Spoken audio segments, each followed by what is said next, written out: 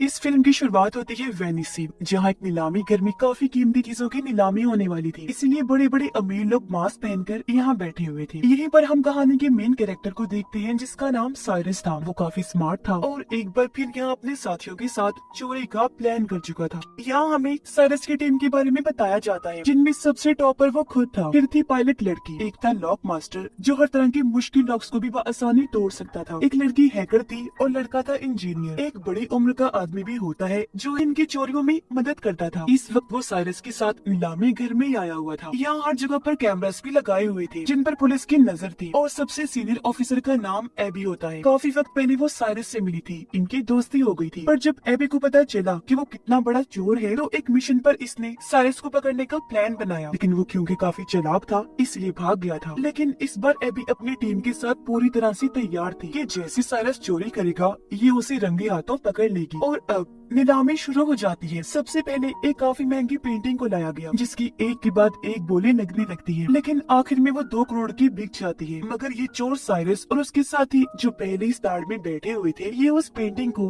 Customer तक पहुंचने से पहले ही चोरी कर लेते हैं और उसी ब्लैक मार्केट में उसी दाम 2 करोड़ में बेच भी देते हैं। जिसके बाद बारी आती है सबसे खास किस्म की चीज की, जिसका नाम NFT था। और क्योंकि इसको बनाने वाला क्रिएटर अपनी पहचान बताना नहीं चाहता था, इसलिए उसने चेहरे पर मास्क लगाया हुआ था। अब इस क्रिएशन NFT में तकरीबन 200 कैमरास लगे हुए थे, जो वीडियो रिकॉर्ड करके बहुत अच्छी वीडियो एडिट करके देती थी। अब इसकी नीलामी शुरू हुई। 1.5 से 2 से 2.5 करोड़ हुई ही थी कि तब यहाँ हैकर अपना काम करती है। वो एक बटन दबाकर लिफ्ट कहती है। ऐसा होते ही वहाँ की सारी लाइट्स बंद हो गई, धमाके होने लगे, तो हर तरफ अफरा तफरी मच जाती है। अब जहाँ अमीर लोग भागने का सोच रहे थे, तो यहाँ साइरस अपना काम करता है। जो 2.5 करोड़ की बोली लगी थी, वो खुद साइरस ने लगाई थी। इसलिए वो अब NFT के क्रिएटर के पास आया। कहता है कि आप मेरे ठिकाने पर ही आ जाओ, NFT भी वहीं ले ली जाएगी और पैसे भी हम वहीं दे देंगे। अब ये सारी चीजें ऊपर बैठी एबी देख रही थी, पर साइरस और उसकी टीम जो यहाँ से भाग रही थी, उनके पीछे पीछे एबी और उसकी टीम पड़ जाती है। वो खास किस्म की कश्ती स्पीड बोर्ड में बैठ जाती है। पुलिस को चकमा देकर समंदर के बीच में आ गई। इन्होंने बैरियर्स खड़े कर दिए, जिससे पुलिस पीछे अटक गई और ये लोग यहाँ से आगे निकल जाते हैं। ये लोग अपने ठिकाने और शिप में पहुंचे, जहाँ ये NFT की लेन देन के बाद वो पार्टी करते हैं। एबी जो अभी भी छानबीन कर रही थी, वो नीलामी में आए लोगों की वीडियो बड़े गौर से देख रही थी। उसकी नजर साइरस के साथी हेल्पर पर गई, जो अभी भी वही था। इसलिए ये लोग उस तक पहुंचकर उसे पकड़ लेते हैं। उधर पता चला कि इन चोरों ने जब NFT को चोरी किया, तो ब्लैक मार्केट में उसकी कीमतें बढ़ती गई। 3 से 4, 4 से 5, फिर 8 करोड़ हो गई। और उसे एक्टिवेट चलाने के लिए इन्हें असली मालिक की जरूरत थी, इसलिए ये उस क्रिएटर को भी उठा लाई थी। साइरस उससे बात करता है। कहने लगा कि तुम्हारा NFT मार्केट में जहाँ 2.5 करोड़ का बिकना था, वो अब चोरी होने की वजह से ब्लैक मार्केट में 8 करोड़ का बिकेगा। तुम्हें लगता है हमने तुम्हें ऐसे अगवा किया? नहीं, बल्कि ब्लैक मार्केट में बेचकर आधा मुनाफा तुम्हें भी देंगे। इससे तुम्हारा हमारा दोनों का फायदा होगा। तो टेंशन ना लो, जम की पार्टी करो। साइरस की टीम का हेल्पर एबी के सामने बैठा हुआ था और सभी सवालों के उल्टे सीधे जवाब दे रहा था। एबी कहती है कि मैं तुम्हें जेल में डाल दूंगी और सबके सामने तुम्हारी सच्चाई ले आऊंगी। बेहतर होगा कि तुम अपनी टीम के बारे में हमें सब कुछ बता दो। तब हेल्पर कहता है कि मेरी टीम इस वक्त लंदन में है, अगर उन्हें पकड़ना है तो मेरे साथ वहाँ जाना होगा। इसलिए अब एबी अपने साथियों के साथ लंदन की पुलिस डिपार्टमेंट में जाती है। यहाँ उसकी मुलाकात एक और ऑफिसर से हुई, जो उसे बताता है कि मुझे खुफिया तरीके से पता चला है कि सबसे बड़ा माफिया, जिसका नाम लार्स है, उसने हाल ही में मार्केट के शेयर्स के साथ हेरा फेरी की है, जिससे कीमतें ऊपर नीचे होने की वजह से उसे बहुत मुनाफा हुआ है। मगर इस मुनाफे की वजह मार्केट की चीजों की कीमतों की उलट पुलट नहीं, बल्कि डैम का पानी पूरे शहर में फैला दिया, जिससे वहाँ बाढ़ आ गई, घर डूब गई, लोगों की जानें चली गई। तो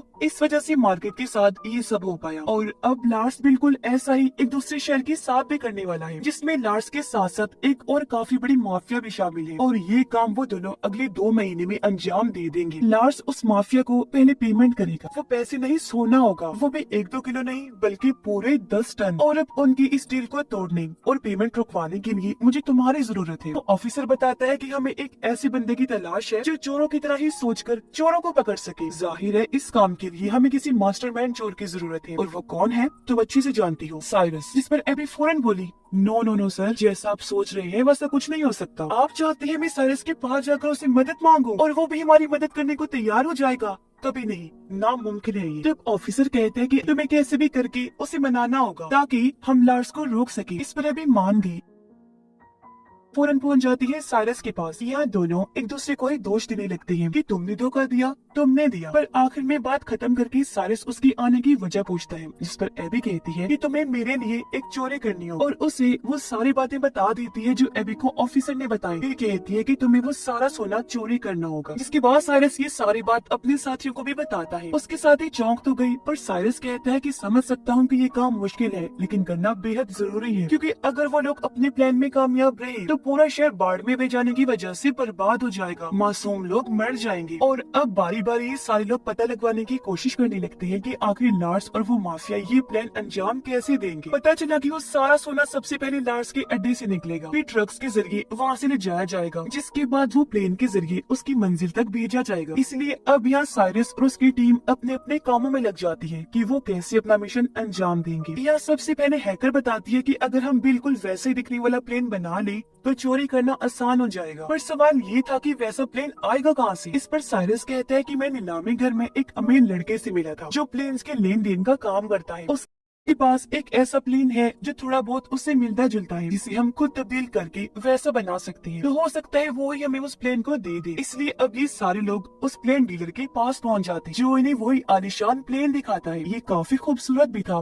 लेकिन इसे उड़ाना मना था, क्योंकि इसमें कई सारे एलईडी ग्लास लगे हुए थे, साथ ही बहुत ज्यादा शोर भी था। इसलिए डीलर अपना प्लेन देने से मना कर देता है। लेकिन एबी उसे ये बता देती है कि मैं पुलिस वाली हूँ, इस तरह के प्लेन्स रखना वैसे भी गैर कानूनी है, और अगर तुमने ये हमें ना दिया तो जेल की हवा खाओगे। जिस पर आखिर वो मान ही जाता है। अब प्लेन तो मिल गया था, तो अगला सबसे बड़ा मसला ये था कि रडार पर हेरा फेरी कैसे की जाए, जिसके लिए इन्हें बनाना होगा PSI, जो इस तरह के सिग्नल्स बनाएगा जिससे हालांकि हवा में 2 ही प्लेन्स उड़ रहे होंगे, मगर वो सिग्नल सिर्फ एक ही प्लेन दिखाएगा। लेकिन यहाँ एक छोटा सा मसला था, मतलब जब इन दोनों प्लेन्स को एक दूसरे के ऊपर नीचे करेंगे तो कुछ वक्त के लिए रडार पर ये दोनों ही प्लेन्स नजर आएंगे, जो हेडक्वार्टर में बैठे हुए लोग देख लेंगे। इसलिए इन्हें वहाँ अपने किसी खास आदमी को बिठाना था। जिस पर एबी कहती है कि एयरपोर्ट पर मैं एक ऑफिसर को जानती हूँ जो मेरा दोस्त है, वो हेडक्वार्टर में ही बैठा होता है, तो हमारा काम वो कर देगा। इसलिए ये अब उस ऑफिसर से जा मिले जो व्हील चेयर पर था। इन्होंने अपनी बात रखी, जिसके लिए वो साफ साफ मना कर देता है कि सॉरी, मैं ये काम नहीं करूंगा क्योंकि इसमें चोरी शामिल है। नहीं, बिल्कुल नहीं। पर तभी साइरस कहता है कि मैं इस काम के बदले तुम्हें 10 लाख दूंगा, जिसके लिए वो ऑफिसर मान गया। तो ये सारी टीम अपने अपने काम पर लग जाती है और इस प्लेन को ये लोग बदलने में लग जाते हैं, मतलब कि रंग वगैरह करते हैं ताकि ये दूसरे प्लेन की तरह लगने लगे। जिसके बाद PSI की मशीन बनाई जाती है जो सिग्नल्स में हेरा फेरी करेगी, पर उसका साइज बड़ा लग रहा था और वो किसी बॉम्ब से कम नहीं लग रही थी। इसलिए एबी हैकर को कहती है कि ऐसा करो, इस PSI मशीन के छोटे छोटे कई सारे हिस्से बना दो जो हर एक मेंबर को दे दिया जाएगा, इस तरह काम आसान हो जाएगा। इसके लिए हैकर मान गई और काफी मेहनत करने के बाद वो PSI मशीन के अलग अलग हिस्से बना देती है। जिसके बाद आखिरकार इनका फाइनल दिन आ जाता है, जहाँ सब लोग अपने अपने हिसाब से तैयार हो जाते हैं। इन्होंने आधे टिकट बिजनेस क्लास के लिए थे तो आधे इकोनॉमी के, ताकि ये पूरे प्लेन में फैल जाएं। पता चला कि लार्स की 2 गुंडे बिजनेस में तो 3 इकोनॉमी क्लास में हैं, जबकि सबसे नीचे था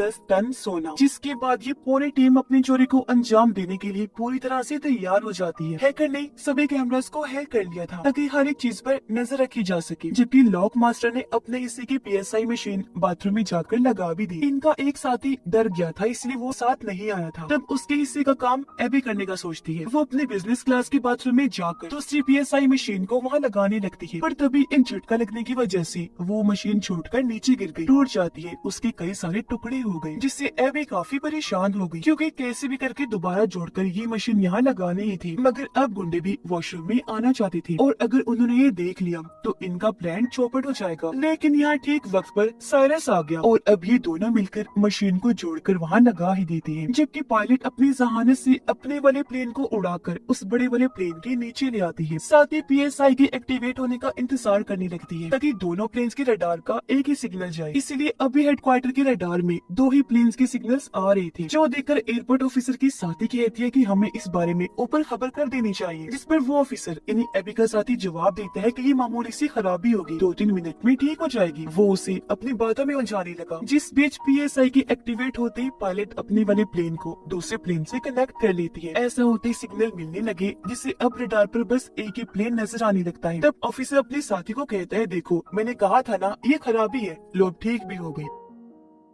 अब उधर लॉक मास्टर नीचे वाले एरिया में पहुंचता है जहाँ सोने वाली तिजोरी पड़ी हुई थी। वो अपने हाईटेक मशीन को तिजोरी पर लगाकर उसका लॉक तोड़ने की कोशिश करता है, पर इस बीच गुंडों को शक हुआ, इसीलिए वो अपने सोने तक पहुंचने की कोशिश करने लगते हैं। इस बात की खबर जैसी सारस को हुई, वो उन्हें रोकने में लग जाता है, जिससे उन सब चोरों की लॉर्ड्स के गुंडों से लड़ाई शुरू हो जाती है। इनकी जबरदस्त हाथापाई होने लगती है। चलते हुए प्लेन में ये लोग लड़ रहे थे। अब झटके लगने की वजह से पायलट को लगता है जैसे प्लेन में कोई गड़बड़ी है, इसलिए वो फौरन हेडक्वार्टर में खबर करता है। तब एबी का साथी ऑफिसरों से कहता है कि मौसम खराब है, इसलिए आपको पास के हवाई अड्डे पर प्लेन को उतारना होगा। तब उसकी बात मानकर पायलट प्लेन को उतारने लगता है, पर ये जगह प्लेन को लैंड करने के लिए छोटी थी, जिस वजह से उसे हालांकि काफी मुश्किलात का सामना करना पड़ता है, लेकिन वो जैसे तैसे प्लेन को उस छोटे से हवाई अड्डे पर उतार ही लेता है। इसलिए अब साइरस की पायलट साथी भी प्लेन को वहाँ लैंड करवा लेती है। पर इस बात का लार्स को भी पता चल गया था कि हमारा प्लेन हाईजैक हो गया है। जहाँ उसे लैंड करवाना था वहाँ होने की बजाय कहीं और करवा दिया गया है। इसलिए लार्स अपने साथियों को कहता है कि जिसने भी मेरे सोने को मुझ तक पहुँचने से रोका है उन्हें खत्म कर दो या फिर मेरे पास लेकर आओ। उधर लॉक मास्टर साइरस से माफी मांगता है कि प्लीज मुझे माफ कर दो, मैं टाइम के अंदर अंदर लॉक तोड़कर सोना नहीं चुरा पाया। अब ये सोना गुंडों और इनके हेड माफिया लार्स के हाथ लग जाएगा और ये अपने खतरनाक डील कर लेंगे। अब इनके पास और कोई रास्ता नहीं था, इसलिए गुंडों के साथ सोने समेत ये लार्स के पास जाने लगते हैं। इन्हें प्लेन के जरिए इनकी पायलट के लिए जा रही। उधर लार्स के पास वो माफिया भी आ जाती है। वो चाहती थी कि डील होते ही जल्द से जल्द शेयर में बाढ़ आ जाए, ताकि मार्केट के शेयर्स ऊपर नीचे होने से दोनों को ही फायदा हो। लेकिन उस माफिया को भी पता चल गया था कि जिस प्लेन के जरिए इनका सोना आ रहा था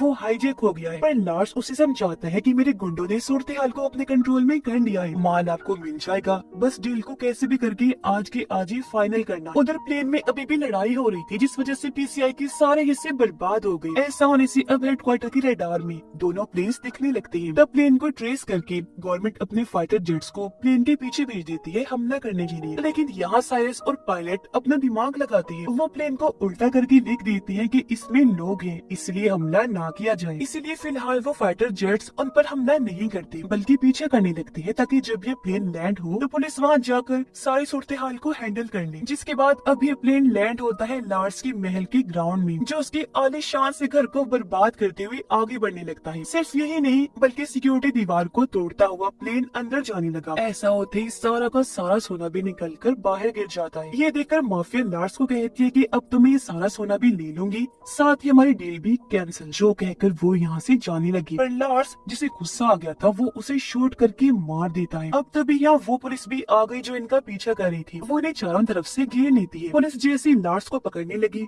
वो कहता है कि ये मेरा अपना घर है और ये चोर यहाँ आए थे उस माफिया औरत के साथ डील करने के लिए। असली गुनाहगार माफिया ये है, इन्होंने ही उस माफिया औरत को मारा है, तो आप इन्हें पकड़ कर ले जाए। पर यहाँ साइरस अपना दिमाग लगाता है। वो प्लेन की एलईडी ग्लास और एनएफटी क्रिएशन की रिकॉर्डिंग से पुलिस को ये दिखा देता है कि असली गुनाहगार लार्स माफिया ही है। इसने ही औरत माफिया से सोने की डील की थी, पूरे शहर को बर्बाद करने की प्लानिंग थी, इसलिए लार्स को पुलिस गिरफ्तार कर लेती है। इस मिशन में एबी और लंदन का ऑफिसर भी शामिल था, जिनका मकसद ही इस डील को रोकना था। तो इसमें कामयाब होने की वजह से वो सारा सोना पुलिस अपने साथ ले जाती है। एबी साइरस की टीम का हिस्सा बन जाती है। यहाँ पता चला कि एबी जब बच्ची थी तो उसे एक पेंटिंग काफी पसंद आ गई थी, जो अब साइरस उसे गिफ्ट करने का सोचता है, ताकि एबी उससे मुतासिर हो जाए और ये लोग फिर से एक हो जाएं। जिसके बाद यहाँ सबसे बड़ी बात सामने आती है। असल में लॉक मास्टर ने सारा सोना वहाँ से निकाल लिया था। वहाँ असली सोने की बजाय नकली सोना रख दिया था और इस तरह करके दिखाया जिससे वो तिजोरी तोड़ने में कामयाब नहीं हुई। यानी कि जो सोना पुलिस के हाथ लगा था वो सिर्फ सोने जैसे दिखने वाली लोहे की ईंटें थी, जबकि असली सोना तो उसी वक्त आसमान से गायब कर दिया गया था और ये लोग उसे अपने ठिकाने पर भिजवा चुके थे। यानी ये चोर एक बार फिर अपने मास्टरमाइंड की वजह से इतनी बड़ी चोरी अंजाम देने में कामयाब रहे थे। ये लोग फिर अपना सोना लेने के लिए जाते हैं। सब इतनी बड़ी कामयाबी पर एक दूसरे की गले लगकर मिलते हैं। इनकी खुशी का कोई ठिकाना नहीं।